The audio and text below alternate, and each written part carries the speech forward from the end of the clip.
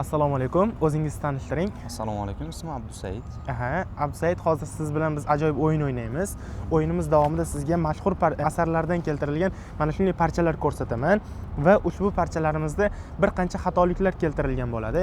Siz ushbu xatoliklarni to'g'ri variantini topishga harakat qilasiz. Tayyor bo'lsangiz, unda biz boshladik. Albatta. Xo'p.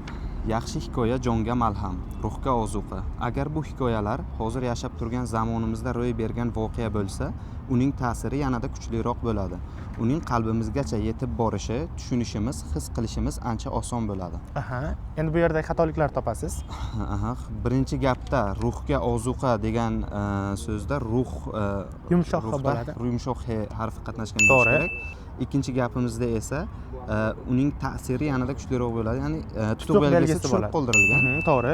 Uchinchi gapimizning boshlanishida qalbimizgacha emas, J harfi qo'llanilgan va uchinchi gapimizning oxirida his qilishimiz ancha osonroq bo'ladi. His qilishimiz ancha osonroq. To'g'ri, yumshoqqa bo'ladi. Siz o'yinimizdagi barcha xatoliklarni to'g'ri topdingiz. O'yinimizdagi ishtirokingiz uchun rahmat katta. Salom.